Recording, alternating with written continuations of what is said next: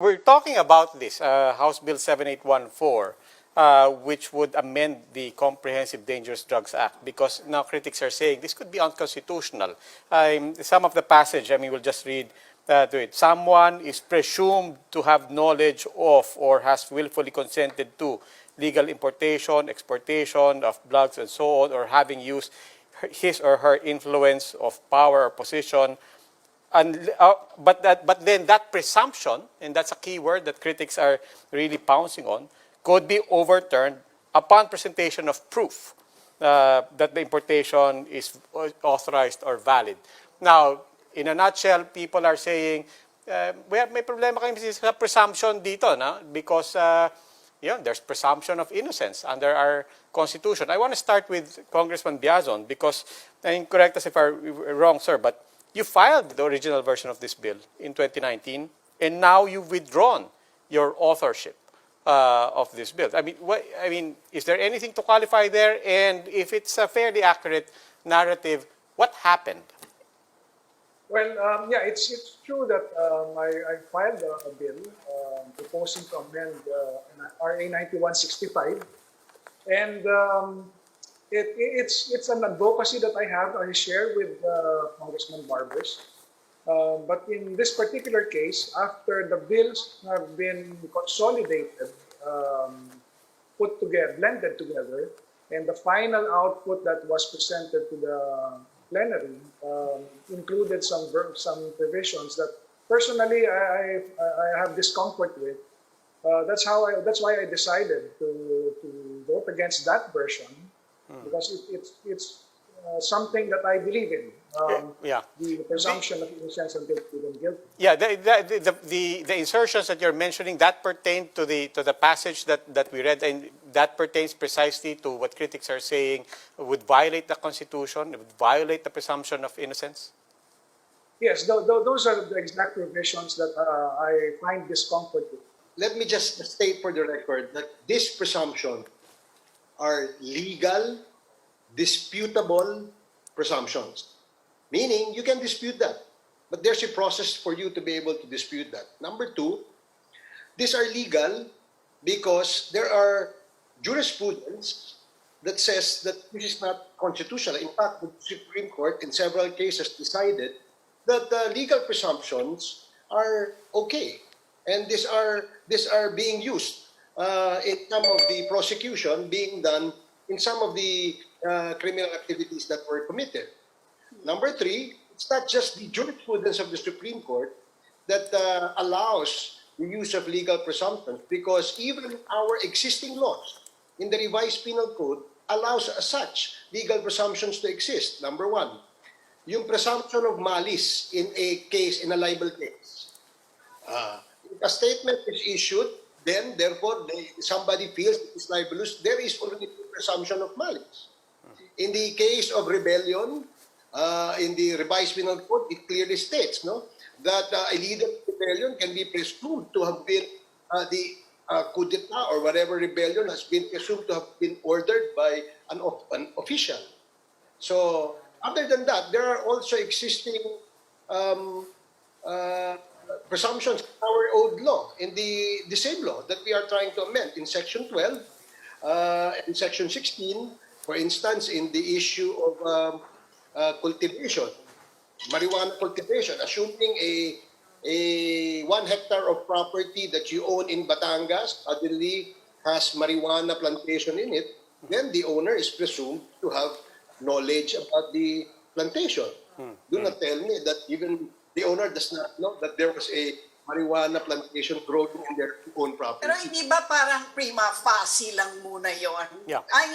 That's how it works, right? Yeah. You file a case on the basis of that as prima facie evidence. But beyond that, the burden of proof shifts to prosecution. Not only that, Congressman, if I may also, add here, particularly when it comes to presumption of malice, when it comes to libel and defamation, that is specific to when it is applied to a private citizen. But when it comes to a public figure, for example, no, it's the other way around. The people are granted the presumption of innocence. The point here being that that is still the general premise, hindi po ba? The general law of the land still is basically about presuming innocence. You can cite, any other jurisprudence or so on, but what we're talking about here is the basic principle of the Constitution to presume innocence, particularly when it comes to criminal complaints. I absolutely agree with you, Robbie. I absolutely agree with you, Lucci, because in this case, in this particular proposal, the constitutional guarantee of presumption to innocence is respected and is maybe undisturbed. No one has touched that presumption. Going back again to the prima facie thing, no, yung presumption that you are a criminal offender does not mean or does not necessarily mean or tantamount to you being presumed guilty. Yes, sir, but that shifts the burden on you. Yes, sir. But yes, sir. Presumptions that in any proceedings, as long as you can provide evidence contrary to the presumption being put forward in the prosecution, then if the court finds out, kasi remember, process dito, it's at the end of the day, it's still the court that will determine whether the defense or the prosecution has given enough evidence, has given their testimonies. They will determine who has the guilt, who is dismissed. At saka walang ano rito, walang shifting of burden of proof. Let me clear this. The burden of proof will remain with the prosecution or the state. Because it is up to the state or the prosecutors that you are indeed, for instance, a cuddler or an importer of drugs. But it says here, it says here, presumption may be... With the burden of evidence. Yeah, Let me just point out one provision in the bill. It says, unless proven otherwise, any person found or is present within the immediate vicinity of the area of the state, trade, marketing, dispensation, delivery, or distribution is presumed to have been involved in the state. So just by mere presence, it is presumed that you are involved. Exactly. So to me, just one provision in the entire bill that gives discomfort, that's enough for me to vote against it. And this is one provision. No. Let me just clear that. No, ito yung like there was this really happened. No, there's an officer of the armed forces caught inside, no, a clandestine shabu laboratory. Okay, now suddenly the PDEA came and raided the place. Now, what is the defense of that military officer? He said, no, I'm doing a surveillance and I'm trying to make an arrest. But sila naniwala. Exactly. Kaya nga hindi natin nakasuhan. Yun ang tanong.